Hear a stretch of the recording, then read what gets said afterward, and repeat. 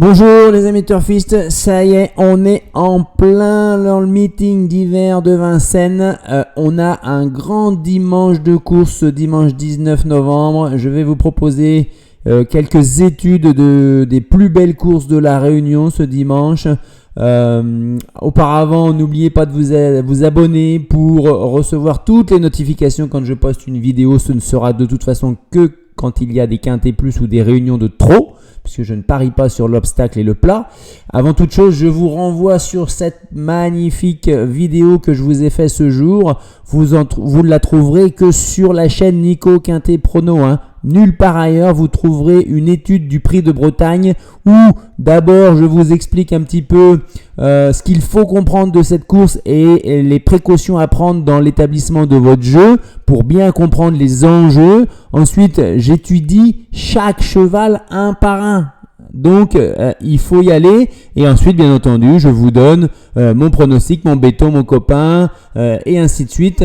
Donc, il faut aller sur cette vidéo le dimanche 19 novembre, quintet plus de trop. Pour revenir à cette vidéo-là, donc la réunion du 19, je vais vous la présenter de cette façon-là, course par course là, avec les plus belles courses bien sûr. La deuxième course, réunion 1, course 2 donc, d'accord, pour des pouliches de 4 ans qui n'ont pas gagné 42 000 euros, c'est pas le lot le plus talentueux on va dire, mais dans cette course-là, j'ai repéré le 205, Joria Méloise de l'écurie à Pierre Béloche. C'est une jument, ça va être assez spéculatif, mais moi j'ai regardé sa dernière course, je l'ai vue finir comme une prochaine gagnante.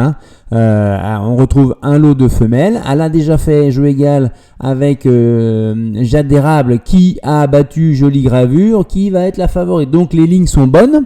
Au niveau de l'engagement, voilà, c'est un plafond de 42 000, elle est à 39 000, c'est assez homogène on va dire.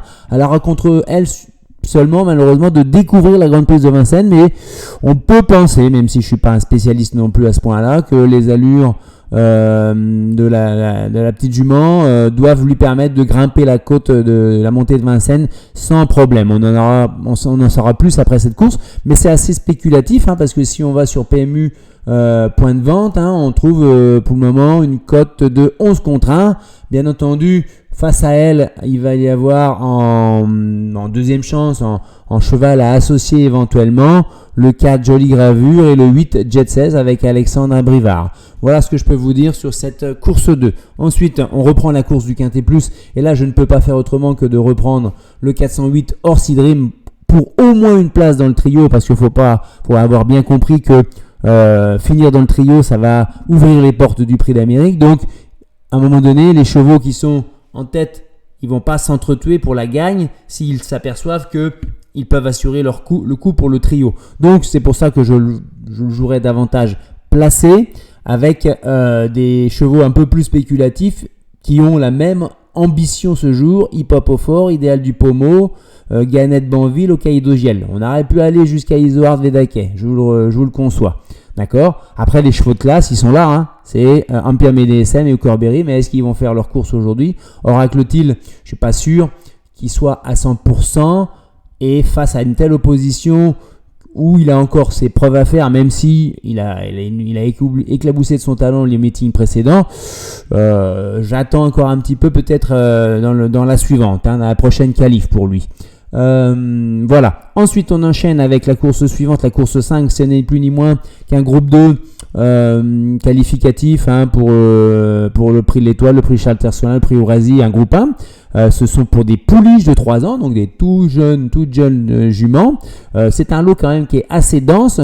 La favorite Canad Bélève, elle est incontournable. Elle a une fausse note un petit peu, c'était dans le critérium des 3 ans où elle s'est élancée malheureusement au galop.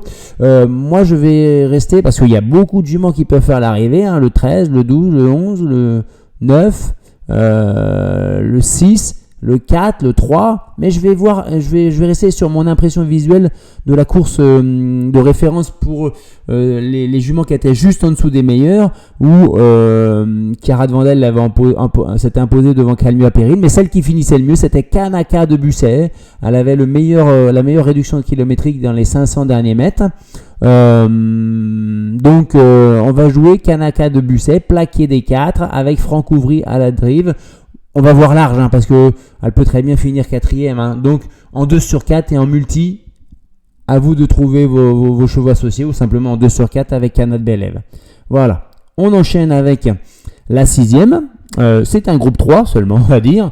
Mais là, on a un favori des Zach. Alors, c'est des 4 et 5 ans qui n'ont pas gagné 285 000 euros. Ce qu'il faut comprendre, c'est que, vous voyez, au niveau des gains, il y a pas mal de chevaux étrangers qui n'ont pas beaucoup de gains, mais ils sont un petit peu déclassés, décotés en gains. Hein. Regardez, aux deuxième ligne, ils ont 108, 130, 140, 140, 160. Et lui, des Zach, c'est un 4 ans seulement, donc il est beaucoup plus jeune, il a une année de course de moins, mais il a quand même 282 000 euros. Chez Garato, on présente des chevaux qui sont prêts, qui sont déjà affûtés. C'est pas le problème. Mais Deuzac, il a besoin de rassurer aussi par rapport à ses derniers parcours. Certes, il s'est frotté à l'élite, et je pense que c'est un cheval qui va aller voir au-dessus pendant ce meeting d'hiver.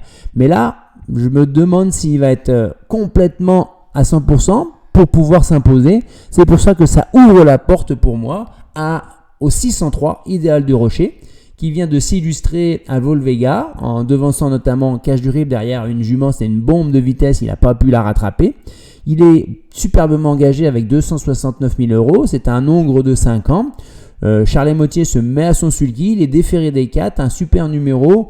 Moi je le vois lutter pour les belles places et ne pas sortir du trio. Et dans ces cas-là, si Deuzac ne fait pas sa valeur aujourd'hui, les couplets gagnants peuvent payer un peu avec Yalto d'Ertals, avec Yoann Le Bourgeois, et avec Intouchable, Mathieu Abrivard l'a préparé pour cette course, 2100 mètres, déféré des 4, numéro en première ligne, légèrement à l'extérieur. Donc voilà. Ensuite, la course 7, ça sera le pendant de la course femelle pour des poulains cette fois-ci, donc de 3 ans, Hongreslu qui donc c'est des cas, bien entendu. Le lot est un peu moins touffu, ils ne sont que 11, mais malgré tout, c'est une course très très ouverte. On va dire qu'ils sont 6 ou 7 quasiment à pouvoir l'emporter. Si Cocktail du Dain n'est pas complètement affûté par Philippe Allaire, qui vise vraiment les groupes 1, c'est-à-dire le prix Ourasi notamment. Donc ça veut dire que Cocktail du Dain, il reste sur une performance, je crois, dans le critérium des 3 ans. Hein. Il me semble, je vais le vérifier avec vous s'il faut. C'est la 7e, on a dit. Cocktail du Dain, ici, c'était le 17 septembre, c'était dans le critérium des 3 ans, où il était battu à la régulière par King Opera et Cracktail Matou sur cette distance-là. Cracktail Matou, on sait son irrégularité, sa susceptibilité, malgré la classe. King Opera, il a besoin d'un parcours caché. Avec la drive d'Éric Raffin, il devrait confirmer ses bonnes prestations précédentes. Canada, Thierry Duval-Destin attend avec impatience de pouvoir l'alléger un petit peu, mais pour le moment il est seulement plaqué des postérieurs, il est encore un peu ferré lourd pour pouvoir s'imposer à ce niveau-là. Crystal Jolstein a besoin d'une course sur mesure pour s'imposer, mais c'est possible. Et en dessous, c'est des chevaux qui ont bien fait plutôt dans des courses fermées. Là, c'est pour ça que, moi, j'irais bien sur Crystal Josselin qui a montré quand même une pointe de vitesse, mais qui a déjà pris le galop à 2 reprises à ce poteau des 2700 mètres. C'est pour ça que je vous fais une étude, mais je vous donne pas un pronostic. Cette course-là, je vais plus la regarder, j'ai l'impression. Ensuite, la dernière course que je vous prépare, c'est éventuellement la 8e. Le prix de Cossé de Vivien, des chevaux de 6 à 10 ans, n'ont pas gagné 315 000, des bons vieux tontons de Quintet Plus, la 8e, donc on a dit, où il y a énormément de chevaux étrangers.